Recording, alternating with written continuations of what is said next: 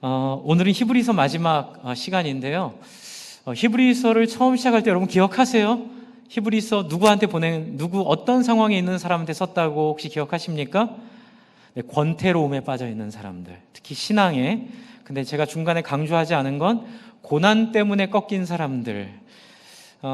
물론 그때 당시 고난은 죽임을 당하고 감옥에 갇히는 것도 고난이겠지만 이 시대에 또 우리에게 적용을 하면 비슷하다고 말씀을 드렸습니다. 신앙생활을 했지만 신앙생활을 하다가 상처를 받고 이렇게 오해를 받고 좀 이렇게 때로는 열심히 일을 했지만 보람이 없고, 목사님 이렇게 열심히 해서 뭐 하겠어요? 소고기 사 먹겠죠 라는 이 허탈함을 가지고 있는 많은 신앙의 사람들에게 주는 내용의 중요함이 이 안에 있다고 제가 말씀을 드렸습니다. 2000년 전이나 지금이나 신앙생활은 마찬가지인 것 같습니다. 뭘까요? 지난주에 제가 말씀드린 거 혹시 기억하세요? 너무 많은 걸 제가 기대하는 건 아니겠지만 제가 지난주에 무슨 말씀을 드렸냐면 고난은 필수 코스다 이 말씀 드렸습니다. 예수 믿으면 필수적으로 고난이 옵니다. 왜요? 성경의 수많은 사람들도 다 그런 고난을 통해 중요합니다. 자기를 꺾는 걸 배웠죠. 그래서 신앙은 자기를 꺾고 누구처럼? 예수처럼 이타적인 사람으로 바뀌는 과정이 바로 이 신앙이라고 말씀을 드렸습니다. 그래서 예수를 통해 하나님께 나아가는 길이 열리면 우리는 하나님께 나아간과 동시에 고난을 겪습니다. 그래서 하나님 앞에서 고난을 통해 우리가 마음을 확인하고 하나님 앞에 사람들을 섬기는 사람으로 자아를 포기하게 된다고 정리를 해드렸습니다. 히브리서는 계속 이걸 반복하고 있습니다. 오늘 읽은 이 13장의 말씀은 이제 이게 장절로 되어 있으니까 좀 헷갈리실 텐데요. 제가 구별을 좀 해드리면요. 12장, 우리 지난주에 제가 말씀드렸던 12장 14절이 어디와 연결되어 있다고 제가 말씀드렸죠? 10장 25절. 복잡한 것 같은데 복잡할 거 하나도 없습니다. 포인트는 딱 하나입니다. 서로 돌아보아 사랑과 선행을 격려하며 공동체로 살라. 이게 히브리서 기자의 처방입니다. 그러니까 권태로움에 또 교회를 섬기면서 또 교회 생활을 하다가 겪은 여러 가지 실망과 낙심에도 불구하고 어떻게 해요? 그럼에도 불구하고 우리의 방향과 목적은 하나다. 뭘까요? 서로 돌아보고 사랑과 선행을 격려하고 공동체로 모이는 것이다. 이기가 이제 히브리서의 핵심 내용이죠. 이제 그 얘기를 지난주에 우리 나누었던 12장 14절까지 말씀을 드렸고요. 12장 15절부터 여러분 12장 15절부터 17절까지가 부정적인 내용이고요. 18절부터 29절이 그것을 어떻게 극복할지에 대한 내용, 그리고 13장 1절부터 6절까지가 그걸 극복했을 때 나타나는 삶의 증거, 이렇게 보여주고 있는데요. 이걸 다시 9절부터 16절까지 반복하고 있어요. 그래서 19절은 오늘 13장 9절은 바로 이 9절 한 절은 12장 15절부터 17절까지의 내용을 포함하고 있는 내용입니다. 그래서 여러분 쉽게 얘기하면 이렇습니다. 부정적인 모습, 그걸 극복하는 하나님 만나는 비결, 그리고 그걸 통한 긍정적인 모습, 그리고 오늘 7절을 통해서 그걸 어떻게 이룰 것인지를 얘기해 주시고 다시 반복합니다. 부정적인 모습, 그 다음에 다시 그걸 극복하게 하는 비결, 그리고 그걸 통한 긍정적인 모습. 이해가 되시죠? 네, 부정적인 모습, 극복하는 비결, 그 다음에 그 결과 긍정적인 모습. 이제 그러면 7절, 8절은 조금 이따가 말씀을 드리고요. 9절에 지금 다시 최종적으로 말하고 있는 부정적인 모습을 한번 잠깐 볼게요.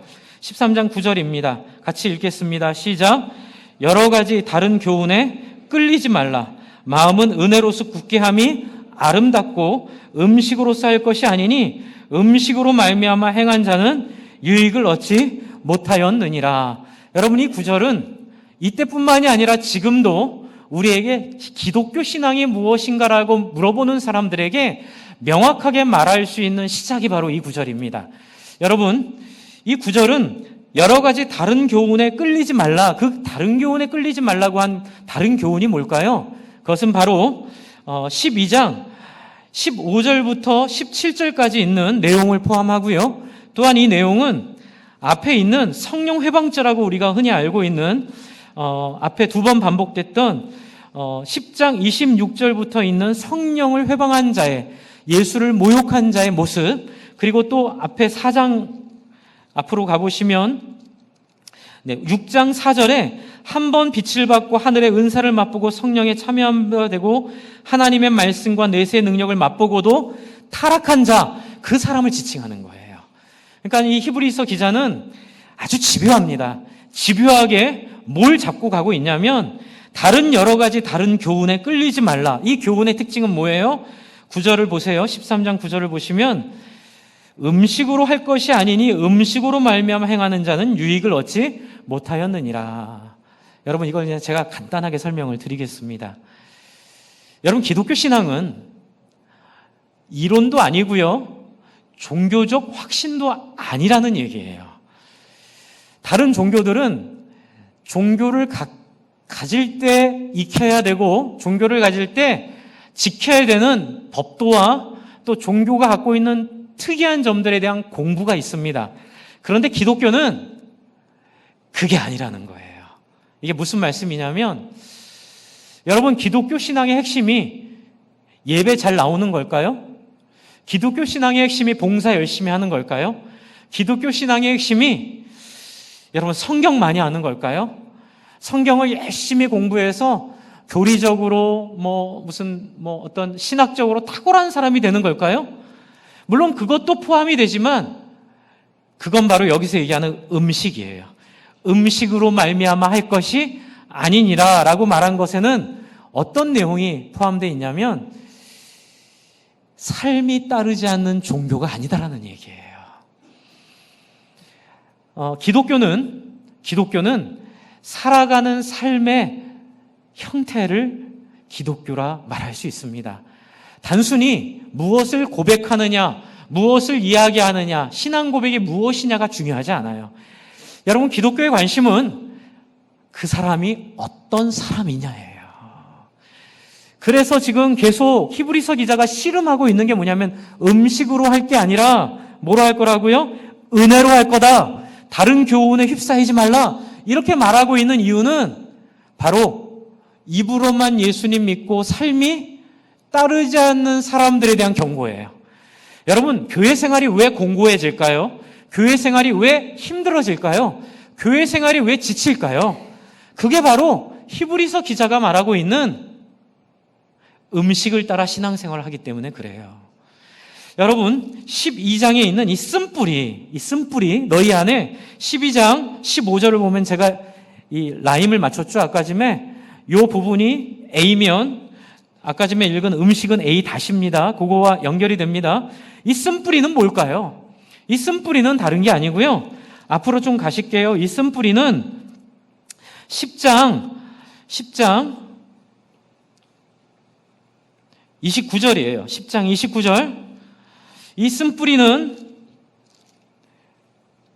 10장 29절로 연결이 됩니다. 음식은 쓴뿌리고 쓴뿌리는 10장 29절로 연결이 돼요. 같이 한번 읽어볼까요? 10장 29절. 맞죠? 10장 29절. 엉뚱한 거 아니죠? 네. 시작. 하물며 하나님의 아들을 짓밟고 자기를 거룩하게 한 언약의 피를 부정한 것으로 여기고 은혜의 성령을 욕되게 하는 자가 당연히 받을 형벌은 얼마나 더 무겁겠느냐? 너희는 생각하라. 그런데 이 내용은 아까 전에 말씀드린 6장 4절에 있는 내용과 또 연결이 돼요. 6장 4절입니다. 여러분, 이렇게 2,000원 주면 제 다이소 가면, 다이소 얘기해도 되나요? 네. 일본 기업은 아니라고 하는데 모르겠습니다. 예. 그 색깔별로 5개 색깔 형광펜 있어요. 꼭 사셔서 제가 말씀드리는 거는 파란색으로 연결을 해놓아봤어요. 나중에 성경 읽을 때 되게 도움이 됩니다. 여러분, 그게 여기로 연결이 돼요. 6절에 있는 6장 6절이에요. 5절 6절이에요. 5절 6절을 같이 읽을게요. 시작. 하나님의 선한 말씀과 내세의 능력을 맛보고도 어떻게 해요? 타락한 자들은 다시 새롭게 회개할 수 없다 그러는데, 타락한 사람이 누구예요? 음식에 머무는 사람이에요. 음식에 머무는 사람은 쓴뿌리를 갖고 있는 사람이에요. 그런데 놀랍게도 신앙생활을 하다 보면 이런 함정에 빠지기가 쉽다는 거예요. 왜요? 우리의 자아가 아직 죽지 않았기 때문에 그래요. 그러니까 예수님을 이 땅에 보내신 건 우리의 자아를 죽게 하려는 것인데, 목사님 말씀처럼 자아 죽는 게 쉬워요? 어렵죠. 그래서 오늘 이 말씀 드리려는 거예요. 어떻게 자아를 죽일 것인가. 그런데 어떻게 자아를 죽일 수 있는지를 말하기 전에 먼저 이걸 얘기를 좀 하고 싶어요. 여러분, 기독교인이 거룩하게 살지 않는 것은 죄인이기 때문이 아니라 예수님의 은혜를 가벼이 여겼기 때문이므로 믿으시기 바랍니다. 이게 매우 중요한 신앙의 전제예요. 여러분, 그냥 우리가 내가 하나님의 뜻대로 못 사는 걸 가볍게 여기면 돼요? 안 돼요? 안 된다고 얘기를 해요. 뭐라고 얘기하냐면, 아까 전에 제가 읽었던 쓴뿌리가 음식이고, 음식이 6장에 나오는 그 타락한 거고, 그게 또 10장에 나오는 예수를 능욕하는 거라고 제가 연결시켜 드렸잖아요. 이것이 결국은 하나님을 인정하지 않는 모습이 되는 거예요. 그래서 12장 15절부터 17절까지 쓴뿌리를 얘기하고 해결책을 말하고 있어요. 성경은 해결책이 12장 18절부터 29절이고요. 해결책이 13장 10절부터 15절이에요. 이게 지금 서로 간의 의미를 삐-다시로 연결하면서 끌고 가고 있어요. 그러니까 히브리서는요, 의미를 계속 반복하고 있어요. 이게 이제 발전하는 게 아니고 명확한 하나의 결론을 가지고 이거를 여러 번 반복을 하면서 계속 우리에게 주입하면서 오늘은 어떻게 이것이 가능할 건지를 말하고 있는데, 여러분, 먼저는 18절부터 29절 그리고 13장 10절부터 15절을 눈으로 한번 훑어보세요. 뭐에 대한 얘기예요? 쓴뿌리를 얘기하고 음식에 매이는 걸 얘기하고 뭘 얘기하죠? 18절부터 29절 누굴 얘기해요? 하나님을 얘기해요. 여러분, 왜 쓴뿌리가 있을까요? 왜 예수님의 은혜를 하찮게 여길까요? 왜 우리를 위해 십자가에 달리신 예수의 십자가가 있음에도 불구하고 내가 다른 사람을 예수의 마음으로 섬기지 못하는 것을 아무렇지도 않게 여기는 걸까요? 그건 바로 하나님을 경험하지 못했기 때문에 그래요. 제가 3주 내내 그 얘기 드렸습니다. 여러분, 길가, 돌짝, 가시덤불, 그래요. 우리는 길가, 돌박, 가시덤불이에요. 어떡하라고요? 그래서 얘기하는 거예요. 살아계신 하나님의 존존 앞으로 여러분을 모시고 가려고 예배 드리는 거라고요. 여러분이 예배는 그냥 단순히 우리의 말렙을 채우는 과정이 아니에요. 우리가 갖는 포인트를 쌓는 그런 과정이 아니에요. 이 예배는 살아계신 하나님을 만나기 위한 이 땅에서 유일하게 얻을 수 있는 유일한 기회예요. 여러분, 그래서 히브리서 기자는 간절히 요청을 합니다. 쓴뿌리 있는 자들, 예수의 십자가를 능욕하는 자들, 정말 삶 속에서 삶으로 자기들이 예수의 행위를 따르지 못하는 것들을 하찮게 여기고 가볍게 여기며, 인간은 죄인이니까 어쩔 수 없어. 목사님, 저는 그냥 회개하면 용서받은 줄 믿어요. 그리고 또 그 진흙탕에 들어가서 그렇게 사는 자들을 향하여 뭐라고 하지 않고 그들에게 왜 그렇게밖에 될 수 없는지를 얘기하고 있는 거죠. 그게 뭘까요?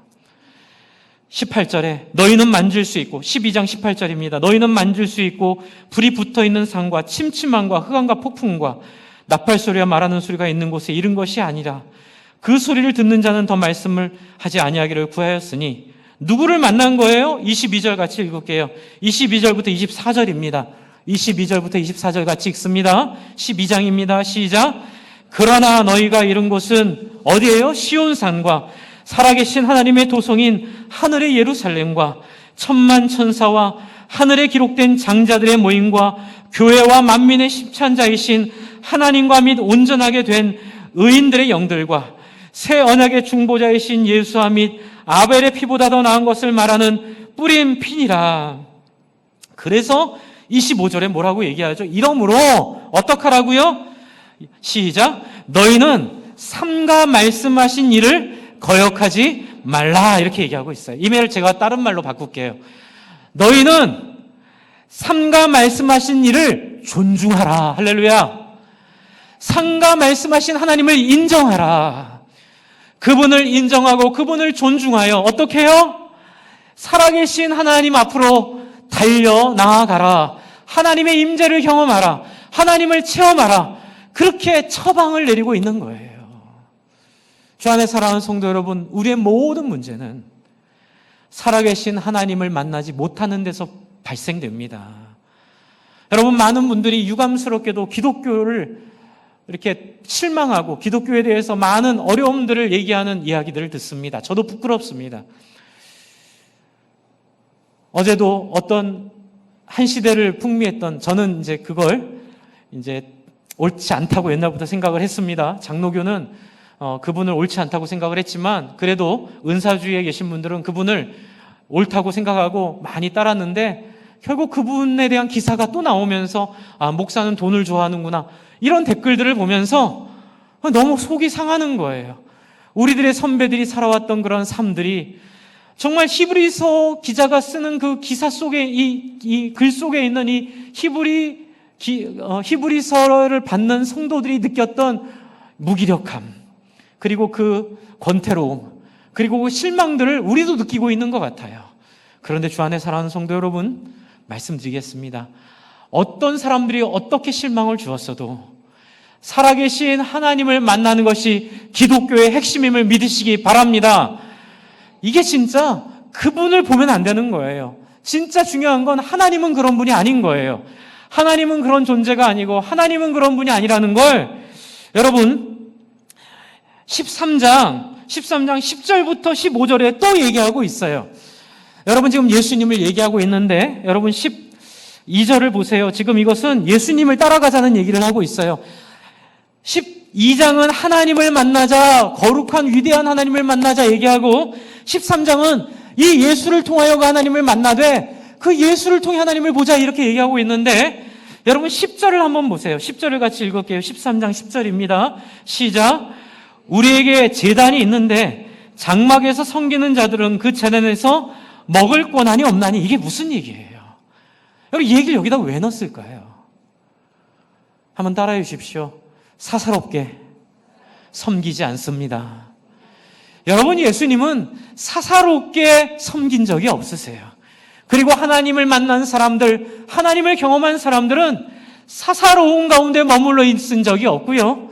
그리고 제사 제도를 주셨을 때도 제사를 드리는 자가 자기가 드리는 그 제사로 인하여 가질 이득을 취하지 않는 아름다운 모습을 가지고 있는 거죠. 소위 말하는 직덕을 스스로 거절하는 거예요. 내가 섬기고 있는 이 제사장의 직분, 내가 섬기고 있는 제사장의 자리가 사사롭게 하지 않기 위해 어떻게 해요? 제단에서 먹을 권한을 스스로 포기하게 하신. 그래서 그 예수의 발자취를 따라 어떻게 해요? 10절. 이는 죄를 위한 짐승의 피는 대제사장이 가지고 성수에 들어가고 그 육체는 영문 밖에서 불사름이라.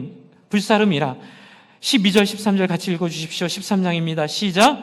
그러므로 예수도 자기 피로써 백성을 거룩하게 하려고 성문 밖에서 고난을 받으셨느니라. 그런즉 우리도 그의 치욕을 짊어지고 영문 밖으로 그에게 나아가자. 할렐루야.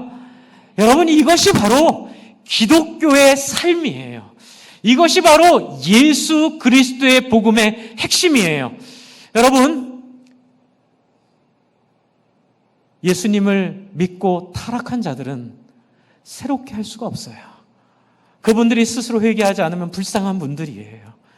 여러분, 그분들 너무 부러워하지 마시고, 그분들 너무 분하게 생각하지 마시고, 저는 그런 마음으로 목회합니다. 제 목회를 통해 조금이라도 저의 사사로움을 찾으려고 한다면 저는 다시 새롭게 할 수 없는 죄를 지을 거라고 믿고 하나님 앞에 두렵고 떨림으로 엎드립니다. 왜요? 그건 오버가 아니고, 그거는 지나친 게 아니고, 왜요? 나를 사랑하여 십자가에 달리신 예수님이 어떻게 해요? 나를 그렇게 사랑하셨기 때문에 제가 그 사랑을 받은 사람으로 할 수 있는 최소한의 양심임을 믿습니다. 여러분, 이것이 바로 기독교의 영광인 거예요. 여러분, 이 당시에도 사람들은 기독교 교회를 통하여 자기의 욕망을 채웠고 자기의 어떤 누림을 누렸고 그 안에서 자기의 것들을 취했어요. 그러다 보니까 교회가 힘이 없어지는 거예요. 교회 안에 실망이 생기고 교회 안에 어려움이 생길 때에 그들을 비난하지 않아요. 어떻게 하면 돼요? 다시 하나님께 나아가면 돼요. 다시 예수님께 나아가면 돼요. 하나님께 나아가면 우리의 모든 욕망과 우리의 모든 세속적인 가치관들이 여러분 세상 사람들이 아무 소리 할 수 없는, 세상 사람들이 보면 무릎 꿇을 수밖에 없는, 저는 높은 뜻 그 교회 이름은 너무 좋아해요. 향상 이 교회 이름 너무 좋아해요. 너무너무 이름을 잘 졌어요. 높은 뜻, 향상된 인생을 살게 하는 놀라운 역사가 이 예수 그리스도의 복음 가운데 있을 줄을 믿습니다. 여러분, 우리의 방법은 그들을 비난해서 되지 않아요. 우리의 방법은 그들을 욕해서 되지 않아요. 우리는 교회 개혁 운동을 한다고 이게 해결되지 않아요. 우리는 그럴 때일수록, 그러면 그럴수록 더 어떻게 해요? 하나님께 더 가까이 나아갑니다. 고통 가운데 계시는 주님, 여러분 그 찬양 아시죠? 하나님께 더 가까이 나아갑니다. 엎드리고 울고, 여러분 12장 18절부터 29절까지 있는 소멸하는 불, 그 열광스럽고 위대한 하나님, 그 놀랍고 위대한 하나님을 경험하는 거예요. 그 하나님을 체험하는 거예요. 이 하나님을 한 번만 만나면 아무도 그렇게 살 수 없어요. 그 하나님을 한 번만 경험하면 아무도 사사로이 교회를, 사사로이 하나님의 나라를, 사사로이 하나님의 역사를 그렇게 만들어낼 수가 없어요. 문제는 하나님을 만나지 못하는 거예요. 그래서 하나님을 만난 사람의 모습을 보여줍니다. 어떡하라고요? 우리 보러 우리를 돌아보라고요. 여러분 16절, 13장 16절, 오직 선을 행함과 서로 나누어 주기를 잊지 말고 하나님은 이 같은 제사를 기뻐하시느니라. 이건 한 절로 표현됐지만 또 이거는 아까의 말씀처럼 연결이 돼요. 이건 C 다시고요. 원래 C는 13장 1절부터 6절까지 있는 내용이에요. 오직 선을 행함과 서로 나누어 주기를 잊지 말라. 하나님은 이 같은 제사를 기뻐하신다라는 내용을 풀어 쓴 게 13장 1절부터 6절까지의 말씀이에요.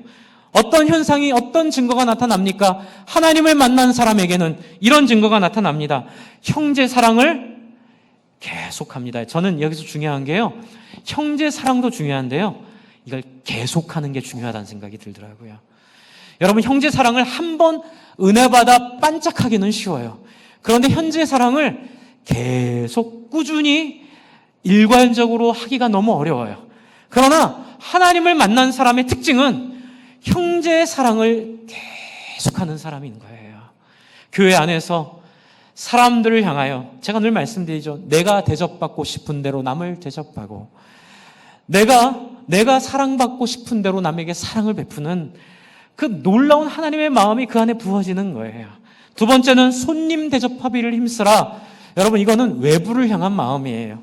외부에 있는 사람들, 여러분 예수 믿는 사람들은요, 우리끼리도 잘하지만 외부를 향하여서도 세상의 계산을 따라 사람들을 대하지 않고 하나님의 눈으로 세상 사람들을 긍휼히 보게 될 줄을 믿으시기 바랍니다.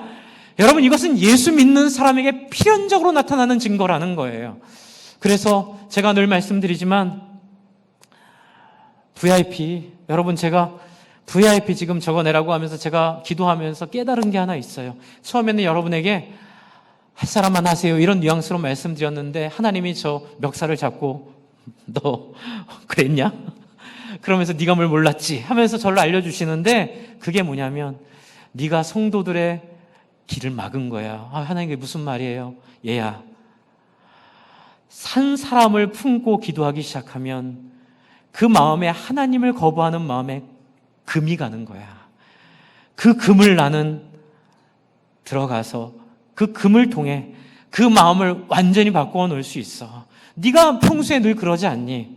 하나님은 우리를 좌우할 수 있어도, 우리의 마음을 헤집고 들어올 수 있어도 우리를 하나님처럼 대하시기 때문에, 우리를 존중하시기에, 제가 제 아이 일기장을 발견했음에도 불구하고 그것을 읽지 않은 것처럼 하나님도 네 마음을 존중하기 때문에 그렇게 존중한다고 했다면 성도들에게 VIP 한 명씩 꼭 정하고 그 마음을 열어내도록, 그러면 내가 그에게 들어가 한 영혼을 붙잡고 기도하는 그에게 내가 부어줄 거야 하나님 그런 마음을 저에게 주시더라고요.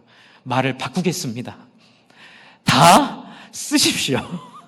모든 성도님들은, 예수 믿는다고 생각하시는 분들은, 아니 예수 믿고 싶으신 분들은, 아니 조금이라도 하나님의 은혜를 경험하고 싶으신 분들은 주의 말씀에 순종하여 제가 그물을 던지겠나이다. 할렐루야.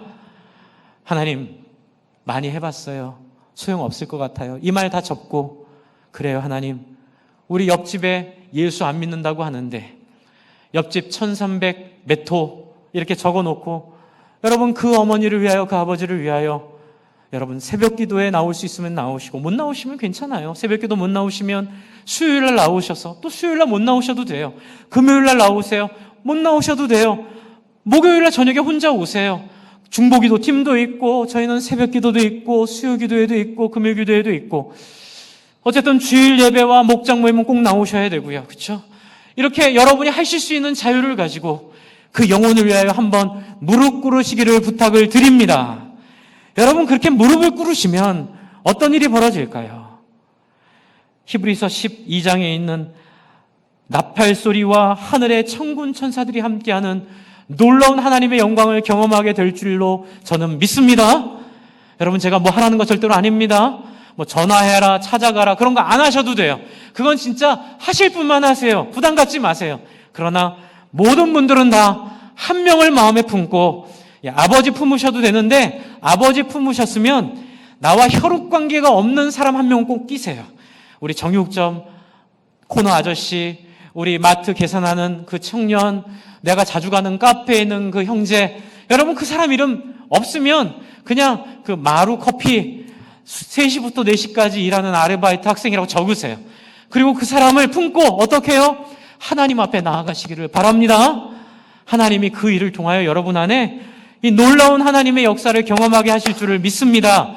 여러분 어쨌든 하나님 만난 사람은 그런 삶을 살게 돼 있어요. 사람들을 향하여 열려있고 사람들을 환대하고. 그래서 제가 새가족 공부할 때 늘 말씀드리는 것 중에 하나가, 사람에 대한 따뜻한 선입견을 가지세요. 이렇게 부탁을 드립니다. 여러분 교회 생활 하다 보면 사람에게 치여요. 많이 상처도 받고요. 사람들에게 많이 이렇게 오해도 당하고 어려움을 겪습니다. 그럼에도 불구하고 살아계신 하나님을 만난 사람은 그 모든 부정적인 것들을 극복하고 언제 그랬냐는 듯이 무수의 뿔처럼 또 홀로 용감하게 사랑의 자리에 있게 될 줄을 믿으시기 바랍니다. 여러분 이건 하나 분명히 알고 계셔야 돼요. 그리고 3절을 보면 갇힌 자를 긍휼히 여기라. 그러니까 기독교에는 하나님 만난 사람이 혐오를 할 수 없어요. 여러분 혐오하는 그리스도인은 하나님 못 만난 사람이에요.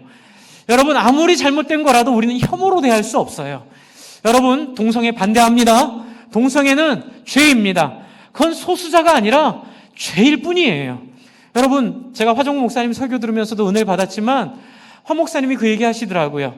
여러분 마약 중독자들의 모임 하나요? 안 하잖아요. 그렇죠?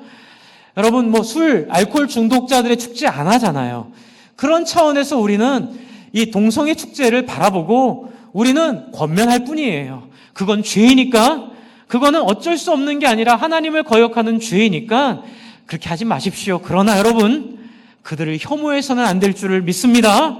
그래서 저희 교회 우리 장로님들랑도 가끔 얘기를 하는데, 원칙과 기준은 여러분 명백한 것은 현장에서 가늠하다가 잡혀온 여인을 대하는 예수님의 태도로 우리는 모든 죄인들과 우리의 죄들과 모든 어려움들을 대하여야 될 줄을 믿으시기 바랍니다.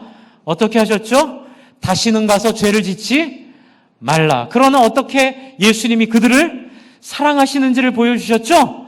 그러므로 저희는 이런 혐오의 시대에, 그렇죠, 마치 무엇을 반대하면 무슨 짓을 해도 다 옳은 것처럼 착각하고 있는, 저는 이게 예수 하나님 못 만난 사람들이 실수하는 거라고 저는 봐요.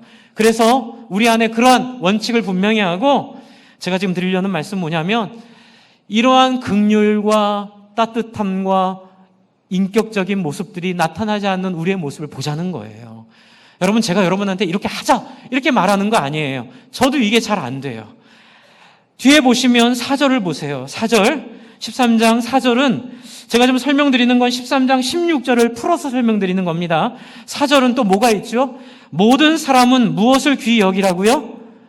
결혼을 귀히 여기. 이게 이제 동성애에 대한 하나님의 입장이 되는 거죠.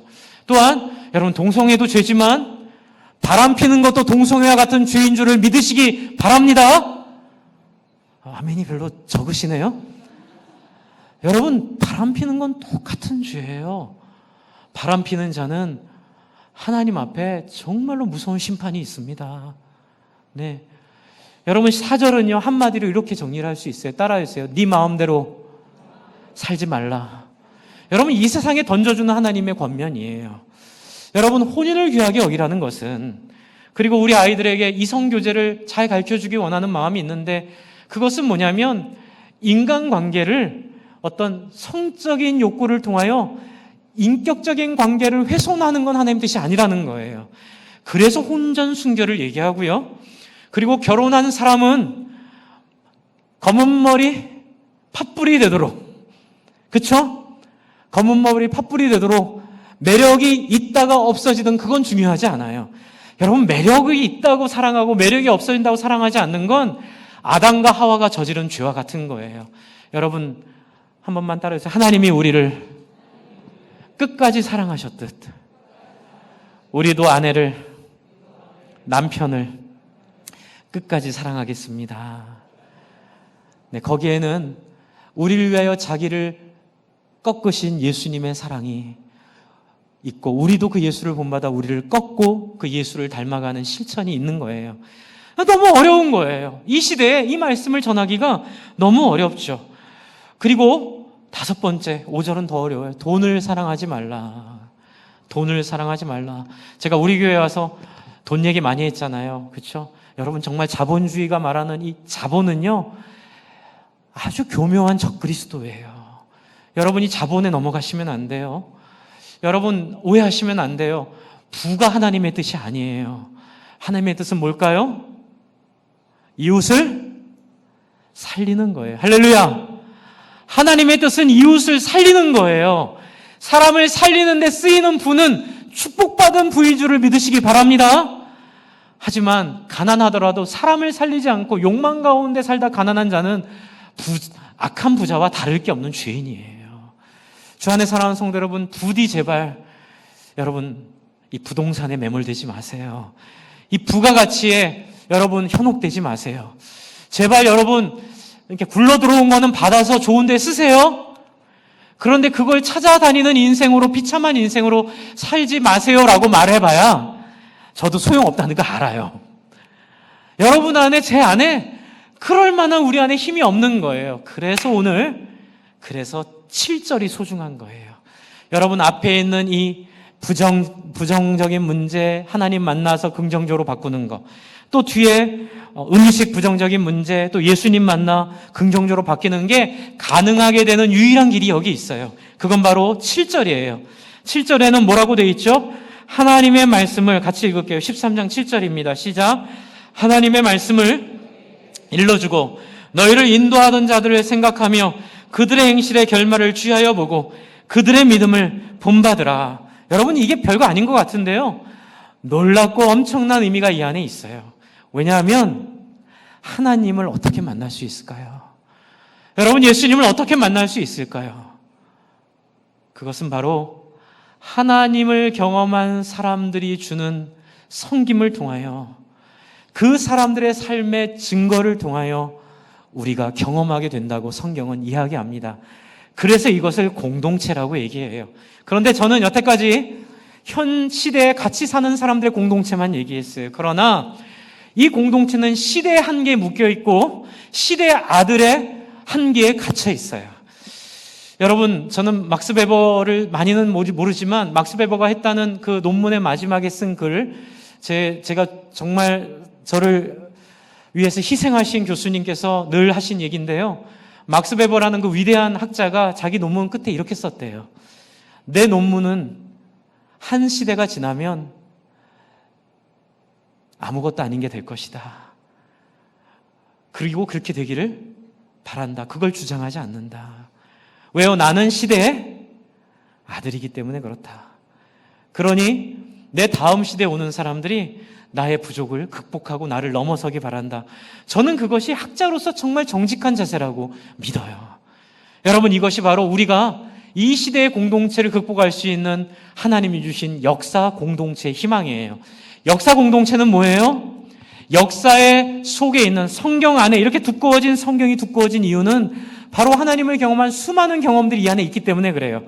이 수많은 경험 속에 우리의 경험도 있어요. 우리의 경험을 통하여, 이 수많은 사람들의 경험을 통하여 감동받고 우리가 이 사람들과 함께 하나님을 만나러 나가는 게 바로 성경을 듣고 예배하는 자리이고 성경 공부하는 목적이고 신학을 하는 목적임을 믿으시기 바랍니다. 그것이 목적이 되면 음식이 되는 거고요. 이것이 방법이 되고 수단이 되면 새로운 목적이 생기는 거예요. 그것은 바로 삶으로 배우고 삶으로 보여주고 삶으로 함께하는 본때 공동체예요. 본때를 보여주고 그 가운데 살아계신 하나님이 어떤 분인지를 말로만 말하는 것이 아니라 실제적 삶을 통하여 말하여주는 그 공동체가 바로 예수님을, 하나님을 경험하게 하는 공동체임을 믿으시기 바랍니다. 여러분, 저는 미천한 경험 속에 혼자 기도하다가 하나님을 만났다고 생각한 적이 있어요. 희한한 경험을 많이 했어요. 그런데 나중에 정말 하나님을 만났어요. 그런데 정말 하나님을 만났더니 제가 혼자 막 소나무 뿌리 뽑고 기도원 가서 기도하며 만난 하나님은 하나님이 아니었어요. 그것은 사탄의 속임수였어요. 근데 제가 진짜 만난 하나님은 어떤 하나님이었냐면 나를 위해 희생하는 사람을 통하여 저에게 보여졌고 나를 섬기는 사람들을 통하여 확증되었고 그리고 나를 섬기고 나에게 여러분 이런 거 있잖아요. 어떤 사람이 아무 계산도 없이 진심으로 자기를 내어줄 때에 이렇게 물어봤어요. 선생님, 나한테 왜 이러세요? 나를 통해서 뭘 얻으려고 하시는 거예요? 세상은 그렇게 다들 섬기는데 한마디 하시죠. 아니, 나도 내 선배가 나한테 이렇게 해서 나도 그걸 통해 하나님을 만나게 됐고 나도 그래서 너에게 아끼지 않고 내가 경험한 그 사랑을 너에게 보여준 것뿐이야. 그런데 놀라운 사실은 살아계신 하나님의 영이 역사하는 지점이 바로 삶으로 섬기는 그 지점이라는 거죠. 여러분, 우리는 아무리 말로 하나님 사랑해요, 하나님 존경해요, 하나님 좋아요 말해도 하나님은 그렇게 듣고 싶어 하시지 않는 것 같아요. 왜요? 우리 지지난주에 배웠잖아요. 하나님이 아브라함의 믿음을 보실 때에 아브라함에게 너나 사랑하지 이렇게 물어보지 않으시고 네가 어디까지 나를 사랑하는지 보기를 하나님 원하시고 비로소 이삭을 죽이려 할 때 아브라함아 그에게 손을 대지 말라. 그리고 한 번만 따라해 주세요. 네가 얼마나 나를 경외하는 줄 이제야 알았다. 여러분, 우리 하나님이 그런 하나님이세요. 하나님 우리의 뇌를 해부하시고 우리의 생각을 알 수 있음에도 불구하고 하나님은 우리를 인격과 인격으로 만나기를 원하세요. 여러분, 하나님은 우리의 삶을 통해 교제하기를 원하세요. 그래서 여러분, 우리는 어떻게 해야 될까요? 여러분, 사람은 보고 배우게 돼 있어요. 교회는 누군가의 희생을 통하여 자라게 돼 있어요. 저도 어렸을 때 저희 교회가 많이 싸우던 교회였어요. 장로님, 목사님 싸우다 결국은 펑 터져서 교회가 나뉜 교회였는데 그럼에도 불구하고 저희 선생님들은, 우리 주일학교 선생님들은, 찬양대 인도자들, 반주자들은 그 목사님 이전에 돌아가신 목사님이 계셨어요. 그 목사님이 만들어놨던 섬김과 사랑의 그 뿌림을 통하여 얼마나 사랑을 많이 해줬는지 몰라요. 저 참 사랑 많이 받았습니다. 여러분, 저희 집에요 거의 10년 동안 저 예수 믿게 하려고 초등학교 1학년 때부터 저가 그 집에 초등학교 1학년 학생이 산다는 걸 알고요 저를 위해서 끊임없이 기도하고 지겹게 찾아왔어요. 저희 집을요. 결국은 제가 교회를 나갔는데요 제가 청소년기의 우울함을, 제가 우울증이 있었거든요. 중학교 때요.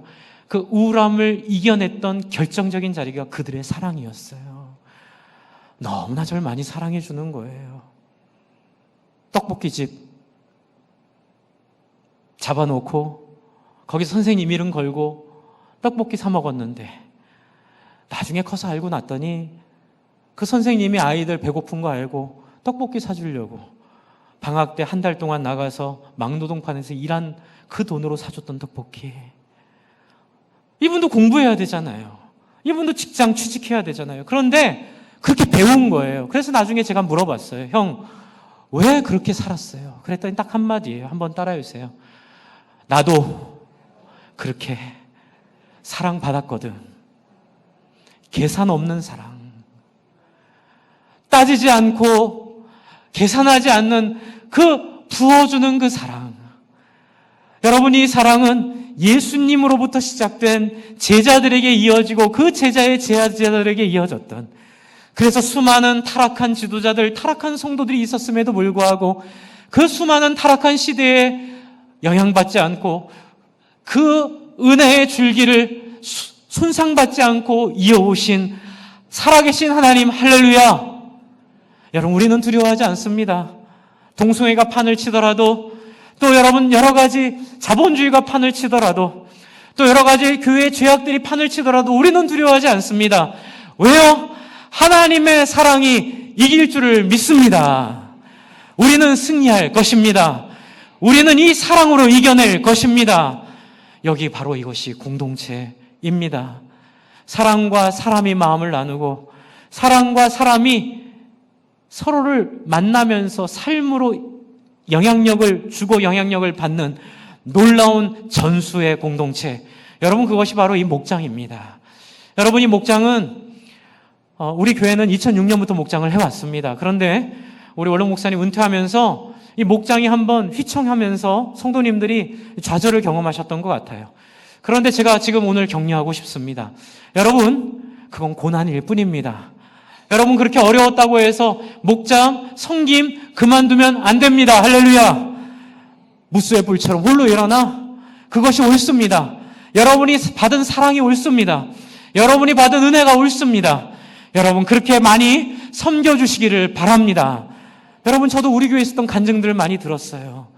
여러분, 어떤 목자 목녀들이 정말로 자기의 생업은 둘째로 치고 전도 대상자들을 섬기고 사랑하고 늘 그 집을 찾아가 도와주고 위에서 기도해주며 어려움이 있을 때마다 밤잠을 줄여가며 그 사람들을 상담해줬던 놀라운 위대한 섬김을 들었습니다. 주 안에 사랑하는 성도 여러분, 그 섬김을 계속 이어갑시다.